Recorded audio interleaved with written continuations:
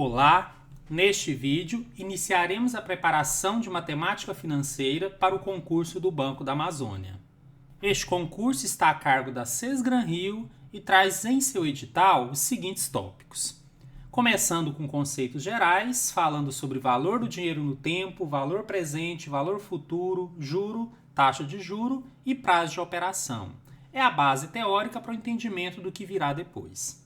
Tem ainda um tópico sobre juros simples, tópicos sobre juros compostos, sobre séries uniformes, que são tipos de prestações, sobre equivalência de capitais em fluxos regulares ou irregulares, incluindo o conceito de VP, VF, prazos e taxas de retorno, conteúdo que cai bastante em concurso, sistemas de amortização de qualquer tipo, incluindo sistemas com amortizações constantes, saque, e com prestações constantes, conhecido como francês ou price, também cai bastante.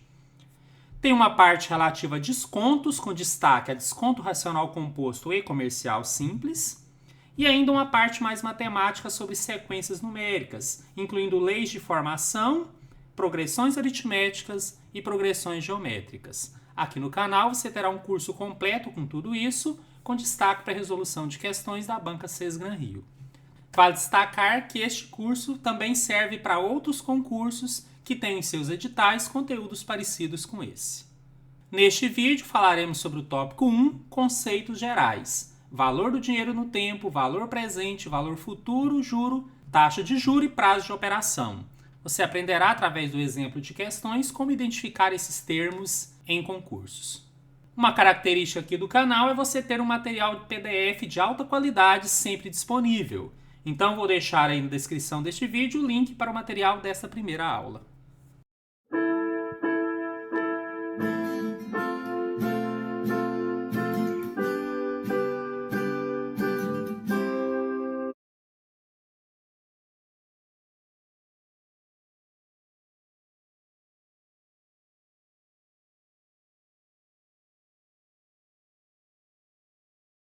Começaremos entendendo o conceito do valor do dinheiro no tempo. Na prática, o objetivo da matemática financeira é exatamente estudar o fato de que o dinheiro muda ao longo do tempo. Aquela história de que o mesmo valor hoje passará a ter um valor diferente numa data futura, por exemplo.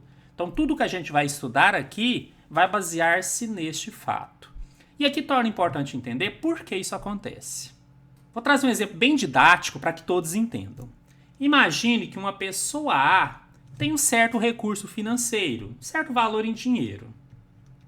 Vou representar aqui, suponha R$3.000. E uma pessoa B não tenha, mas queira utilizar esse recurso mesmo não tendo naquele momento. Então a pessoa B faz a seguinte proposta para a pessoa A. Você me cede esses R$3.000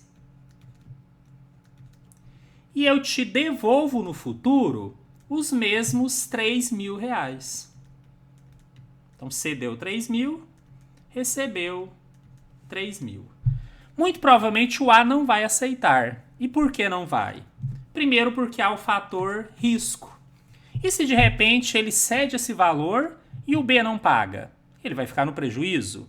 Então, para que ele aceitasse correr esse risco, ele gostaria de ter uma compensação. Então, ele gostaria de receber um valor maior do que o que ele cedeu. Por exemplo, 4.000. Então, ele pensaria e talvez corresse esse risco. Então, essa é a primeira razão porque um valor na data de hoje não pode ter o mesmo valor no futuro. Senão, esse recurso ficaria sempre nas mãos dos mesmos, porque eles não cederiam para outros. Por outro lado, suponha que o A tenha resolvido ceder ao B, sem receber compensação, para receber o mesmo valor.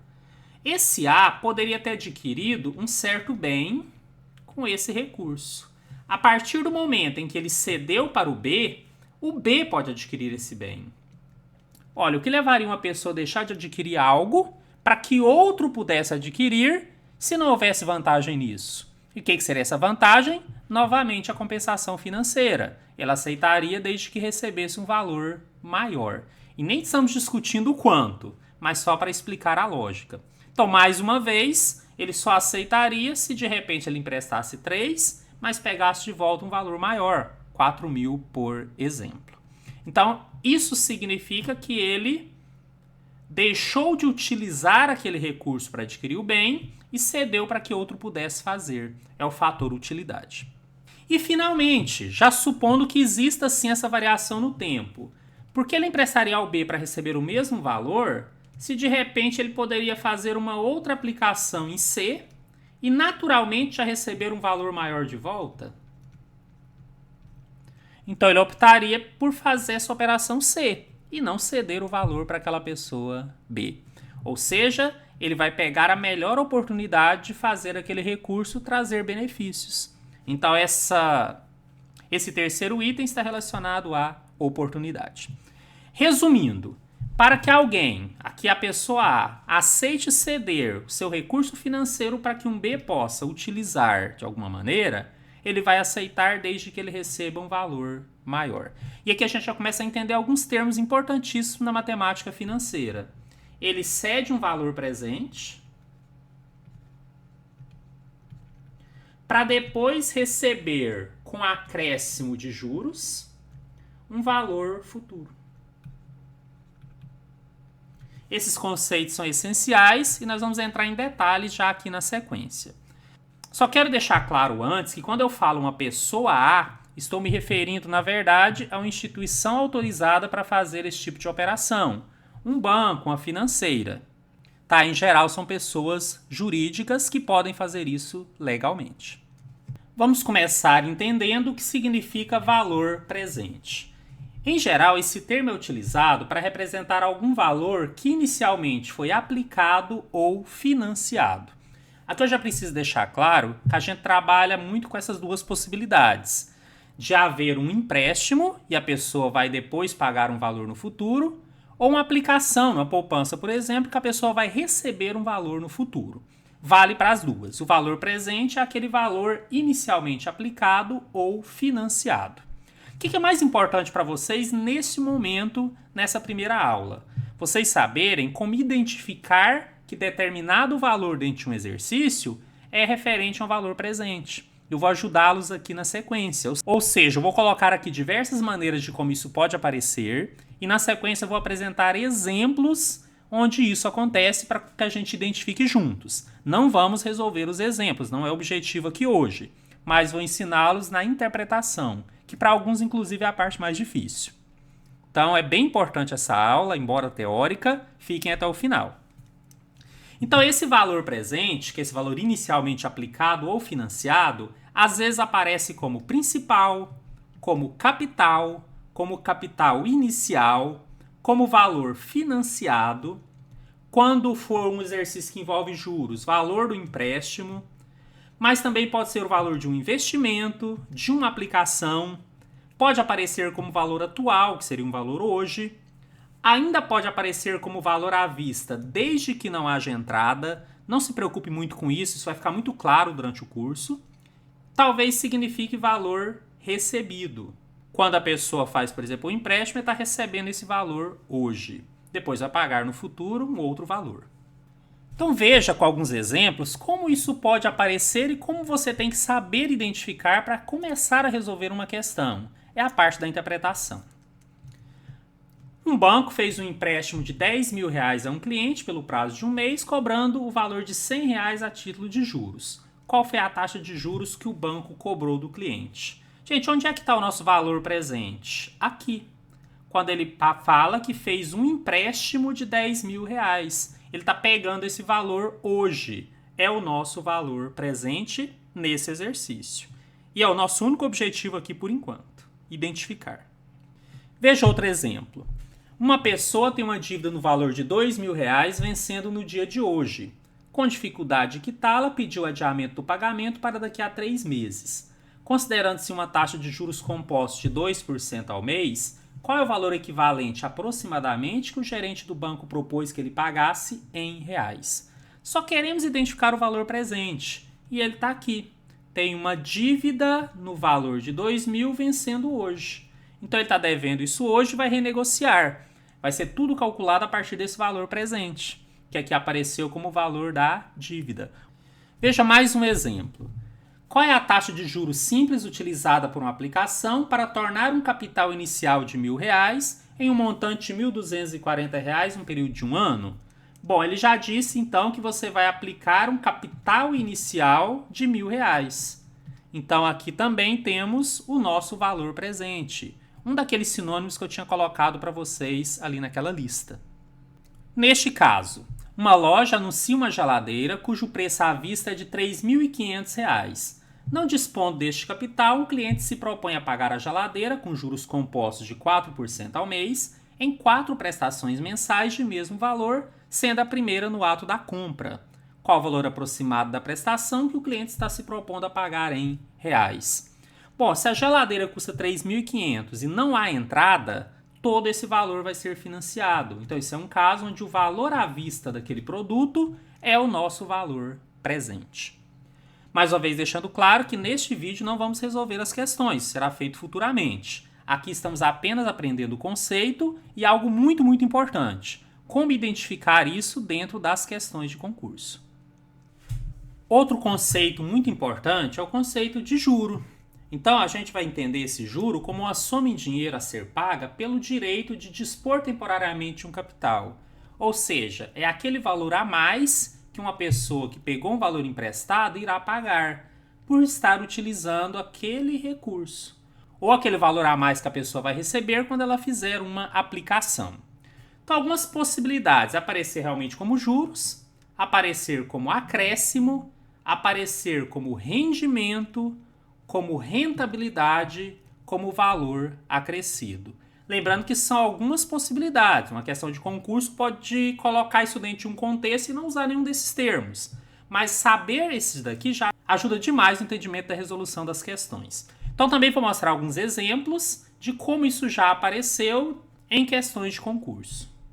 Um banco fez um empréstimo de R$ 10.000 a um cliente pelo prazo de um mês, cobrando o valor de R$ 100 a título de juros. Qual foi a taxa de juros que o banco cobrou do cliente? Essa está bem fácil, isso é aquela situação que a gente torce para acontecer.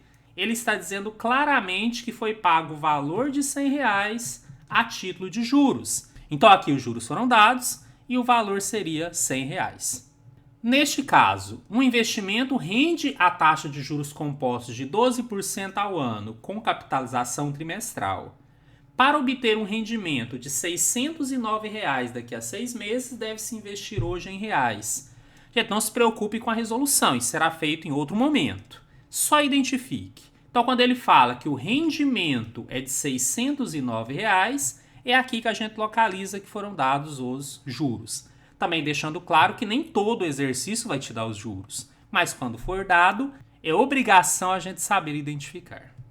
O valor futuro representa um valor total, ou seja, aquele valor onde os juros já foram acrescidos. Então, se a pessoa fez um empréstimo, por exemplo, representa o valor total que ela irá pagar, o que ela tinha pego mais os acréscimos ou juros. Se a pessoa fez uma aplicação, representa o valor total que ela vai resgatar, aquilo que ela aplicou mais os juros. Então, por isso, algumas maneiras que isso pode aparecer seria como valor final, como montante, como valor pago quando for um empréstimo, valor total que a pessoa vai pagar, como valor resgatado ou total resgatado, naquele caso onde há uma aplicação. Vamos identificar nesse exemplo o valor futuro. Qual é a taxa de juros simples utilizada por uma aplicação para tornar um capital inicial de R$ 1.000 em um montante de R$ 1.240 em um período de um ano? Então aqui ele disse que aquele valor se tornará um montante de R$ 1.240. O valor futuro nesse exercício é igual a R$ 1.240 e apareceu como montante, uma das formas que eu coloquei para vocês. Um cliente deseja fazer uma aplicação em uma instituição financeira que paga uma taxa de juros compostos de 10% ao ano por um período de 3 anos, já que ao final da aplicação planeja comprar uma TV no valor de R$ 3.500 à vista. Qual o valor aproximado a ser investido para esse objetivo ser alcançado? Eu coloquei esse exemplo para vocês verem que, embora eu tenha colocado sinônimos, sempre há uma maneira diferente do exercício de cobrar. Então, fiquem atentos. Vá pelo histórico da questão. Ele fala que a pessoa vai fazer uma aplicação para que daqui a 3 anos ele compre uma TV por R$ 3.500. Esse valor à vista não significa que é o valor hoje. é que ele não quer comprar a prestação ou financiado. Ele quer juntar o dinheiro, colocar uma instituição onde vai render juros e quando ele for comprar no futuro, essa TV vai valer 3.500. Então, esse valor da TV, neste exemplo específico, é o nosso valor futuro. Talvez seja um pouco confuso para alguns, mas não desanime. Isso é treino, estou apenas introduzindo para que vocês possam se acostumar, porque na hora de resolver uma questão, se você identifica isso com facilidade, já é meio caminho andado. A parte matemática nem sempre é a mais difícil da questão. O relato dos meus alunos é que muitas vezes se perdem aqui, na hora de identificar exatamente o que cada valor representa. Então, fiquem bem atentos. Ainda temos mais alguns conceitos para explicar, mas isso é essencial para o aprendizado de vocês. Vai fazer toda a diferença. A taxa de juros é, na verdade, um índice que determina a remuneração de um capital num certo período de tempo. Em geral, é dada em porcentagem. Então, ele é um dos mais fáceis de identificar numa questão, porque normalmente você tem uma porcentagem associada a uma unidade de tempo, como, por exemplo, 3% ao mês, 26,35% ao ano e assim por diante. Agora, eu quero aproveitar aqui e já dizer que quando a gente vai resolver questões pelo método que eu vou ensinar, a gente vai precisar transformar essa taxa em fator unitário. E é bem simples, é só dividir por 100. Então, se você pegar algo que diz que é 3% ao mês e for utilizar as fórmulas que eu vou ensinar, eu vou sempre pedir para passar para fator unitário. Como é que eu faço isso? 3%, na verdade, é 3 por 100. A ideia de porcentagem é você colocar uma razão sobre 100. Então, é o mesmo que 3 sobre 100. E vai ter situações que a gente vai deixar assim mesmo, 3 sobre 100 ao mês. E vão ter situações em que eu vou pedir para você dividir. 3 dividido por 100, na verdade, dá 0,03 também ao mês. Ou seja, essas três coisas têm o mesmo significado. Aqui está em porcentagem, esses dois estão em fator unitário. De novo, reforço que em alguns momentos eu vou pedir para deixar na fração, em alguns momentos eu vou pedir para dividir. Não se preocupe com isso. Será natural quando isso acontecer. Neste outro exemplo, 26,35% ao ano. Se eu precisar passar para o fator unitário, em geral a gente precisa, eu posso colocar 26,35 sobre 100, e ele vai continuar ao ano, ou eu posso simplesmente dividir, que é andar duas casas para a esquerda, 0,2635 ao ano. Acho importante aqui destacar que dentro de uma questão, às vezes não vai aparecer o termo taxa de juros. A gente identifica muito por essa questão da porcentagem associada ao tempo. E tem um caso muito particular que eu vou mostrar daqui a pouco, que ele tenta até te enganar. Vem escrito como se fossem juros. E aí eu vou mostrar no exemplo que, na verdade, ele é uma taxa. Um cliente deseja fazer uma aplicação em instituição financeira que paga uma taxa de juros compostos de 10% ao ano, por um período de 3 anos, já que, ao final da aplicação, planeja comprar uma TV no valor de R$ 3.500 à vista. Qual o valor aproximado a ser investido para esse objetivo ser alcançado? Esse exemplo já apareceu, mas agora o objetivo é outro. Cadê a nossa taxa de juros? E esse é aquele caso dos sonhos. Está muito fácil. Além de ser o único valor em porcentagem associado à unidade de tempo, ele já fala que ele paga uma taxa de juros de 10% ao ano. Nesse caso está dizendo que é juros compostos, mas não estudamos isso ainda. O importante é que é uma taxa e que está bem fácil de identificar aqui nessa questão. Neste exemplo, uma loja anuncia uma geladeira cujo preço à vista é de R$ 3.500. Não dispondo deste capital, um cliente se propõe a pagar a geladeira com juros compostos de 4% ao mês em 4 prestações mensais de mesmo valor, sendo a primeira no ato da compra. Qual o valor aproximado da prestação que o cliente está se propondo a pagar em reais? Gente, esse é o caso que eu já tinha dito que aconteceria. Não é difícil identificar nossa taxa. Olha só, 4% a ponto M ponto, significa ao mês. Mas olha só o texto. Ele fala que ele vai pagar a geladeira com juros de 4% ao mês. Mas não são juros. Apenas é uma forma que pode acontecer e quem estiver atento jamais vai errar. Apesar da palavra juros estar ali diretamente ligada a esse valor, o que é até comum, fiz a observação com vocês, se é uma porcentagem associada à unidade do tempo, isso aqui seria, nesse caso, a nossa taxa. Mais um conceito previsto no edital é o de prazo da operação. Ele representa o tempo total do financiamento ou do investimento realizado. Também não é muito difícil de identificar, embora tenha alguns detalhes que a gente ainda vai aprender aos poucos. Neste momento, entenda que ele é o tempo. Ele vai aparecer às vezes como prazo, como tempo para pagamento, às vezes o tempo de atraso de uma dívida e por isso vai ter os juros, ou mesmo vai aparecer apenas como seu valor numérico. Neste exemplo, uma pessoa tem uma dívida no valor de R$2.000 vencendo no dia de hoje. Com dificuldade de quitá-la, pediu o adiamento do pagamento para daqui a 3 meses. Considerando-se uma taxa de juros compostos de 2% ao mês, qual é o valor equivalente aproximadamente que o gerente do banco propôs que ela pagasse em reais? Gente, aqui ele está dizendo que a pessoa tem uma conta vencendo hoje, mas vai adiar para pagar daqui a 3 meses. Então, esse é o nosso tempo em que a operação será realizada. Então, esse é o nosso prazo da operação. Um banco fez um empréstimo de R$10.000 a um cliente pelo prazo de um mês, cobrando o valor de R$100 a título de juros. Qual foi a taxa de juros que o banco cobrou do cliente? Ora, se o empréstimo foi feito pelo prazo de um mês, ou seja, depois de um mês a pessoa vai pagar, este aqui é claramente o nosso prazo da operação. Estava bem fácil essa daqui. Um cliente deseja fazer uma aplicação em uma instituição financeira que paga uma taxa de juros compostos de 10% ao ano por um período de 3 anos, já que ao final da aplicação planeja comprar uma TV no valor de R$3.500 à vista. Qual o valor aproximado a ser investido para esse objetivo ser alcançado? Neste exemplo, a pessoa vai aplicar por um período de 3 anos. Então já identificamos, esse é o prazo da operação para esse exemplo. E embora não esteja previsto expressamente no edital, coloquei um bônus aqui para vocês, porque além de ser importante como teoria, ele ajuda em muitas situações a resolver questões, que é a ideia do diagrama de fluxo de caixa.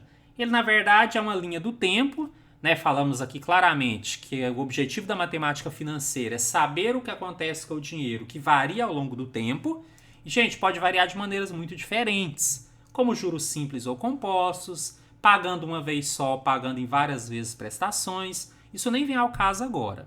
Mas o fato é, se esse dinheiro varia ao longo do tempo, tem todo o sentido na resolução de algumas questões, principalmente quando for mais complexa, a gente fazer o desenho dessa linha do tempo e entendendo o que vai ocorrendo com esse dinheiro. Usarei bastante aqui durante o nosso curso. Característica deste diagrama. Escala horizontal é o tempo, e esse tempo vai depender da questão, pode estar em dias, meses, anos, qualquer unidade.